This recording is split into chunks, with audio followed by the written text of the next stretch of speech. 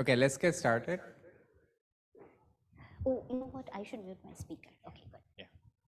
Okay, so for this session, we have Kamalika telling us about privacy. Kamalika is from UCSD. She's done amazing work, foundational work in machine learning, learning theory, differential privacy, and many other things. And today she'll tell us about generative models and copying in them. Okay. Thank you, Raghu. This is joint work with Shanja Dasgupta and my student Robi, who's in the audience. Well, I did not anticipate this panel, but this is what we spent the last hour talking about, that deep generative models have been highly successful. And here are some examples. They generate pretty realistic pictures. But one of the questions that has been coming up over and over again is whether they memorize their training data, right? And before we can talk about what does it, before we can actually answer this question, the question is, what does memorize really mean? Okay. So what do I mean when I say memorize? Well, here is an example of the sort of thing that we are talking about and that we are hoping to avoid. And that sort of thing is where the generative model just kind of verbatim reproduces their training data, right? So you give the generative model a bunch of training images, and then it's going to produce more or less the same images. Basically, just copy out these images, right? And you might be wondering why this is, why haven't people gotten onto it yet? The reason is that the training data sets are huge. Just there's no way anybody can, there's no way even a group of people can even look at these training sets, right? So even if it was copying, a little image somewhere in the corner, there's no way you would know about it, right? So you need some sort of a systematic approach. And why is this a problem? Well, one of the issues is, privacy, because for a while there were people, there were certain solutions which were trying to generate synthetic data through GANs on like medical data. And imagine a GAN is doing this on medical data. It's generating synthetic data because of privacy, but it's really spitting out its training data, right? And that's not really a private solution. So that's that is definitely one concern. Another concern which is coming up quite a bit in recent years is copyright violations. So if you have been reading the news or following Twitter like Arya has, that certain startups have been sued for violating copyrights, right? Like certain AI, like Stability.ai, which trains one of these big AI art models, has been recently sued for copyright violations, right? So that is, that's another example of why we might care about such a thing. And now the question is, how do we formalize, how do we formalize such a thing, right? So how do we formalize? So we call this notion data copying, and the question is, how do we formalize such a thing, okay? So before we formalize, here is the setting. You have your training data, which feeds into some kind of huge algorithm, and then you come up with a generative model. I'm just drawing a little Gaussian, but it's a lot more complicated than that. And it will generate a bunch of data, right? Like you can use it to generate as many samples as you want. And then maybe you have some test data from the same distribution that the training data came from, and you can combine all of these to have some sort of evaluation score, right? And here the thing to remember is that both the training data, this is kind of, the standard assumption in learning theory, both the training data and the test data are drawn IID from the same data distribution. Okay. So prior work, so this is some work due to, this is our own prior work which was led by my student Casey Meehan. So this was a paper that we had in AI Stats 2020. What we did was we had looked at this problem, and the way we formalized this is as follows, right? So we said that you are data copying if, suppose there's some distance metric D, which tells you how far different data points are from each other. So maybe some distance metric of images, which tells you how different the faces are, for example. You are data copying in a particular region of space C if, on an average, right, your the distance between a generated sample and a training data is much closer than the distance between the generated samples and, the distance between the training data and an independent test sample, right? So what this means is that your generated samples are much, much closer to the training data, right? They're kind of lying on top. The picture to have in your mind is that the generated samples are kind of lying on top of the training data, whereas the independent test samples are just sort of spread out, right? And what I'm showing here is on the top panel is an example of where that's happening. So the training data is drawn in black, and you can see the red generated samples are very close to the training samples, whereas in the bottom panel that is not the case, so things are more or less equally spread out, right? So if that is happening, then there is data copying going on, right? And so what we did in our prior work was that we used this definition to propose a hypothesis test to detect data copying. We didn't have any theoretical guarantees, and you'll see in a little bit why, but we came up with some empirical results. Here is an example of an empirical result from our paper, where we took Big GAN, which was, so this was back in 2020, so it was one of the big generative models at the time, and what we are looking at is a particular cell where Big GAN is data copying, and if you look carefully at the generated images, there is actually a particular coffee cup in the training set which keeps getting generated over and over again.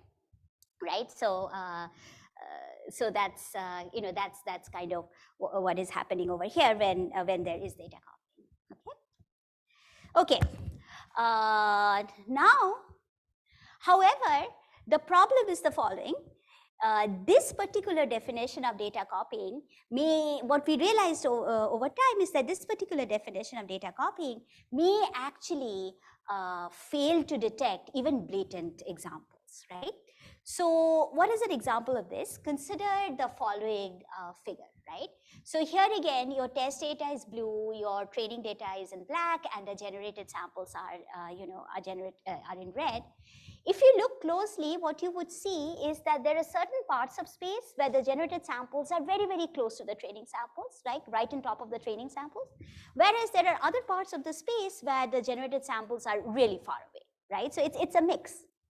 And what would happen as a result is our old definition and also the hypothesis test, because it is trying to average over the distances, right? It's looking at, on average, are the generated samples much, much closer to the training samples than an independent test sample. What is happening over there is, because you are looking at the average, these things will get averaged out, right? And you will fail to detect that in certain parts of the space, this kind of data copying is happening, okay? Yeah, question. You do need access to the training data because you need to know if training points are being copied. Yeah. Okay. Good question. Excellent. Okay. And that is kind of the problem with that definition, right? So it's a global, it's too global a definition, and it allows for averaging across parts of space. You can end up you can really look at little bits of space, and this is what we did when we ran the test. We did a k-means clustering of the space, and then we ran it on like small enough cells where we could do a hypothesis test with some power, but it's still, you really have to look at tiny bits of space, okay? And you really still have to look at bits of space, and you really have to do averaging over those bits of space. Yeah. So okay, so that was really a problem with the definition, and so let us kind of step back and take a closer look at what is data copying, right? So when we think about data copying, there are really two things that are going on, right? So one aspect is locality, right?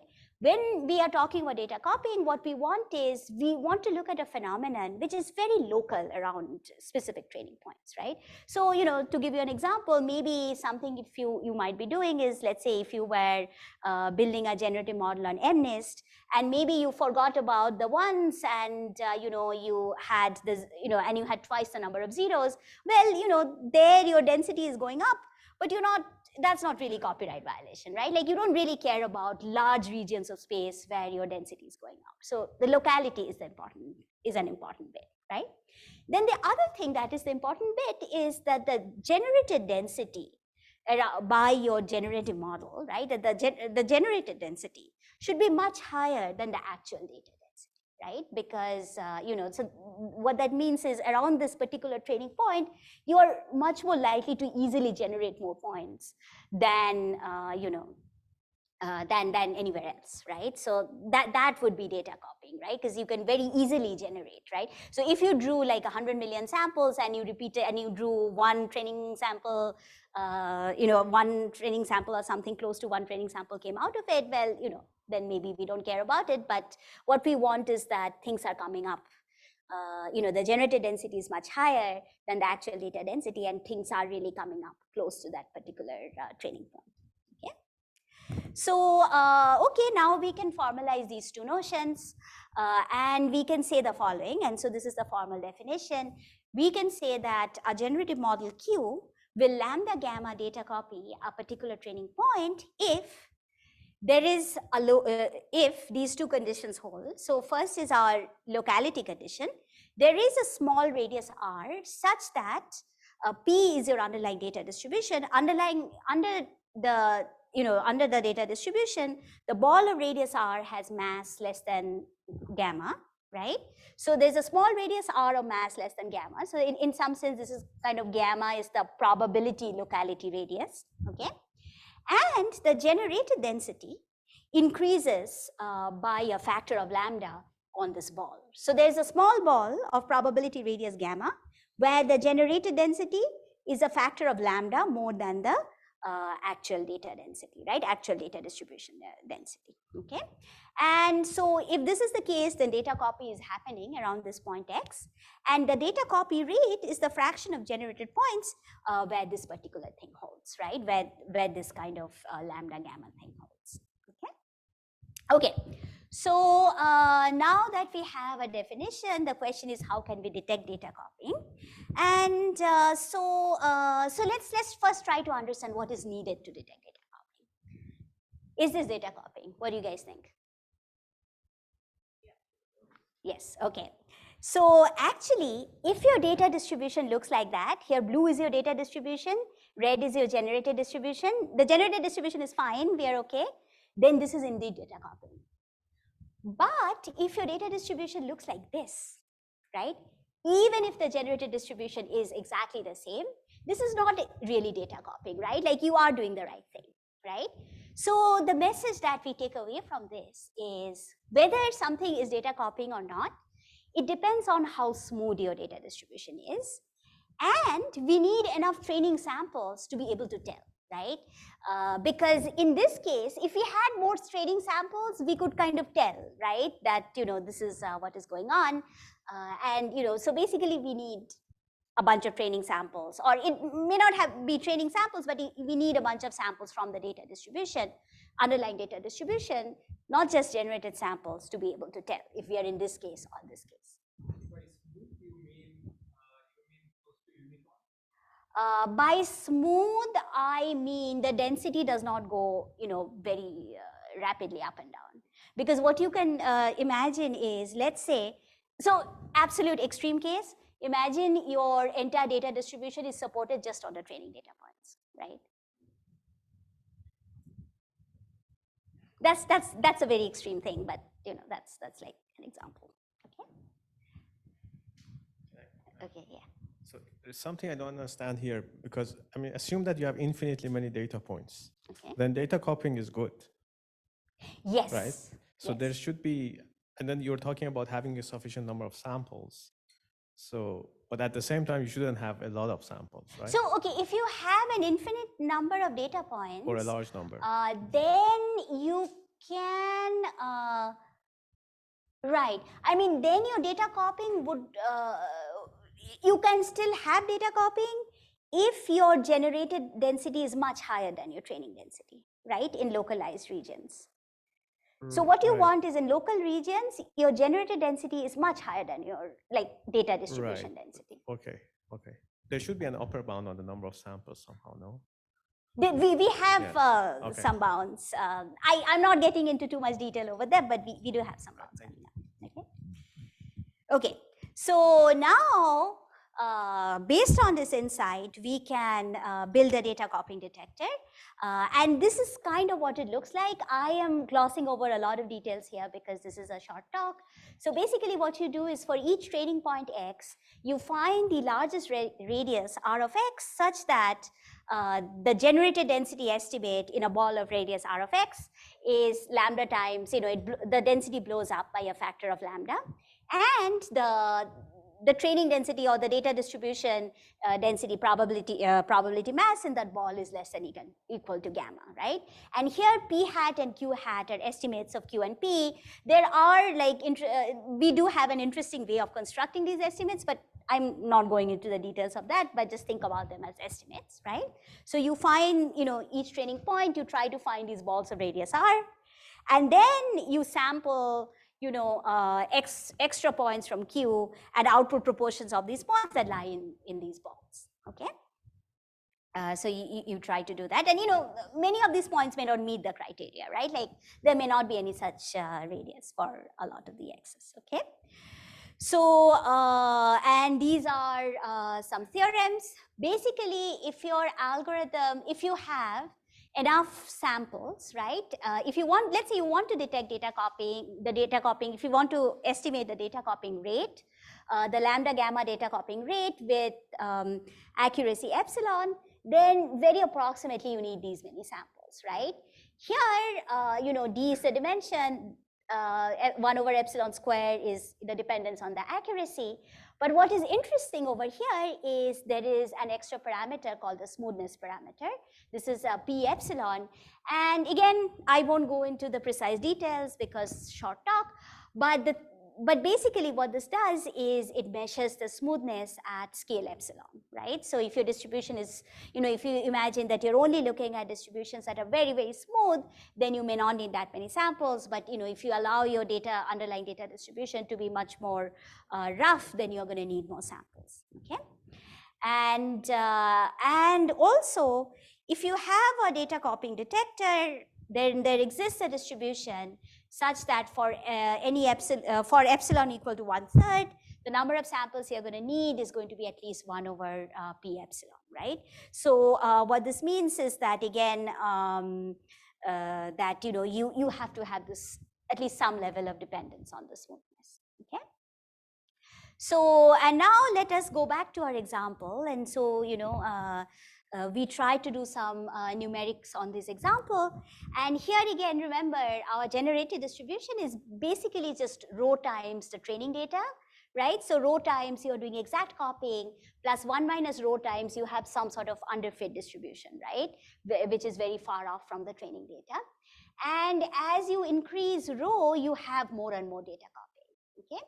And what you can see is when Q equal to P, which is rho equal to 0, our algorithm does not, obviously there is no data copying, so our algorithm isn't catching it. But as rho keeps going up, our algorithm keeps catching it. Even at rho equal to 0.1, our algorithm will catch, will detect data copying, right? Whereas if you look at these other 4 rows in the table, this is basically the previous algorithm, Mihan et al. For low values of rho, it doesn't catch, but as rho keeps going higher, it will eventually end up catching up with data copying, okay? So in conclusion, what we do is we propose a new definition of data copying. We provide new algorithms, and now finally we have consistency guarantees, we have performance guarantees. We now understand what are the factors we really need. And obviously the open question is, the algorithm does take a long time to run. You can't really run it on big stuff. So, how to make it more algorithmically practical, and also, to look at things like conditional models and so on. And I'm going to finally end with a picture of my co-authors. And with that, I'll take questions if there's time.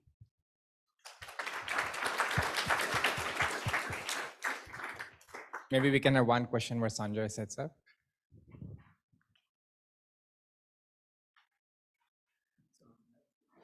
If nobody has a question.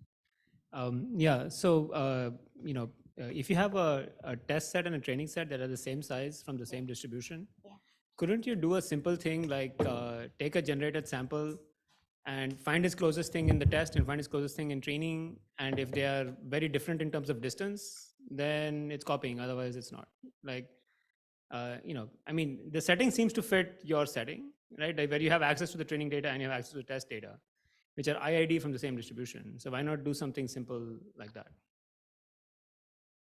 You could do something like that. That is a good question.